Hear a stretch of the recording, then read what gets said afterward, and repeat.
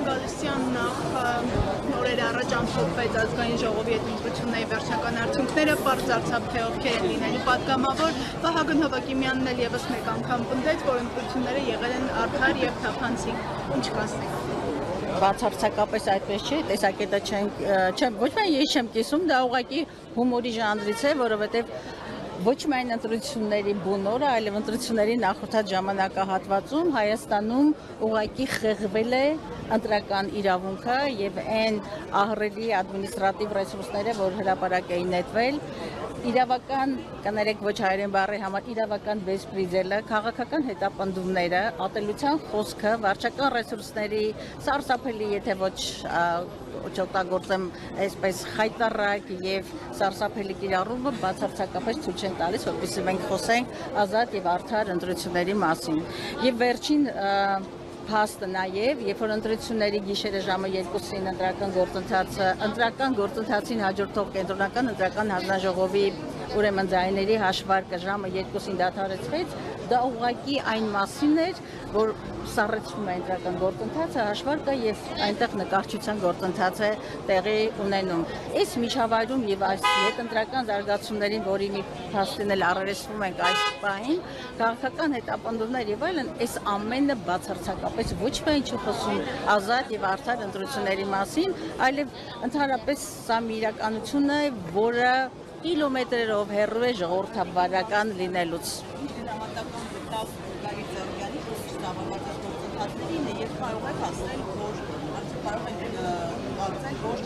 քաղաքական այսպես այլախոհությունը կարող է հանգեցնել ընդհանուր կալանավորման։ Գիտեք, ավելի քան ակնհայտ է, որ Գագիկ Ծառուկյանի առնչությամբ, ինչպես քաղաքական շատ դեմքերի նկատմամբ, քաղաքական ընդդիմախոսների նկատմամբ կիրառվում է ոչ թե իրավական գործիքակազմը, այլ Հայաստանում այսպես թևածում է առասարակ բեսպրիձել բառը պետք է օգտագործեն եւ սրանք իրավական պրոցեսներ չեն, բացարձակապես։ Հիշում եք, երբ որ այս վարչախումբը եւ իր ղեկավարը եկան իշխանության ասելով ով է այն դատավորը, որը պիտի չլսի եւ չենթարկվի ինձ։ Հետո դրան հաջորդեց ով է այն կենտրոնական ընտրական հանձնաժողովի անդամը, որը պիտի ասենք թե իմ հազարարությանը չենթարկվի։ Մենք տեսնում ենք, որ այս բոլոր պրոցեսները ոչ միայն վրեժխնդրության, ոչ միայն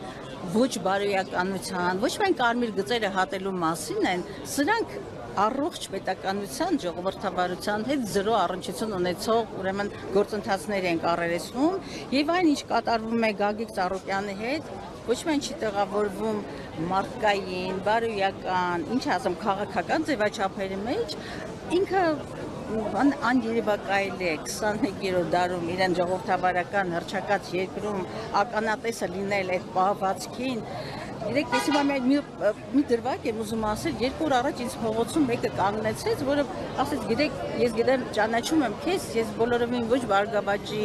այսպես ձայն տված մեկն եմ, եւ ոչ Գագիկ Ծառուկյանին եմ ճանաչում, բայց տեսնելով այն պատկերը, թե ինչպես Գագիկ Ծառուկյանին փորձեցին ծնկի բերել, ասեց ապրելս էլ չի գալիս այս երկրում 70-անց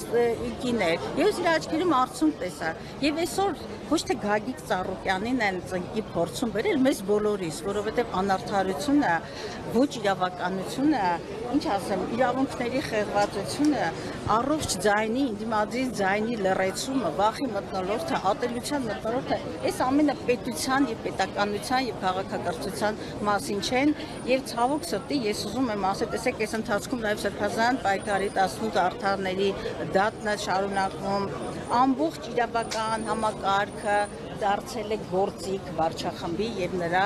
առաջնորդի Նիկոլ Փաշինյանի ձեռքին։ Եվ ընդհանրապես մենք գնահատականը վաղուց ենք տվել, նորից պիտի հաստատեմ, Հայաստանում վաղուց խաթարվել է սահմանադրական կարգը։ Հայաստանում չի գործում սահմանադրությունը, Հայաստանում գործում է մեկ անձի, եւ գիտեք բոլորս թե ով է այդ անձը, մեկ անձի քաղաքական ճաշակը, ինչ ասեմ, կամայականությունները եւ երկրում փորձել գտնել իրավական գործընթացներ, ուղղակի դոնկիխոտություն է։ Իջին Գալստյան, տեսնելով Հայաստանում ընդդիմադիր դինամիկա, դուք տեսանելի ապագայում նշմարում եք ինչ-որ սցենարներ, որ թե խորհրդարանական, թե արտախորհրդարանական ընդդիմադիր ուժերը այսպես պատրաստվում են անել միասնական ճակատով հանդես գալու եւ գործողությունների շրջանում տեղի համար։ Կարմիրը միացան, մենք գնում ենք խորհրդարան հայ հաղորդաշարի Երկնային Հայաստան դաշինքը մենք ենք խորհրդարան, շարունակելու մեր պայքարը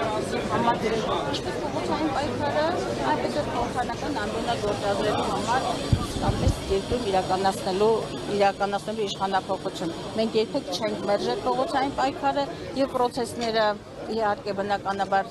իրեն զարգացումները կունենան, մենք նաև ոչ միայն չենք մերժել, այլ կարևորել ենք ընդդիմադիր միասնական ճակատի գոյացումը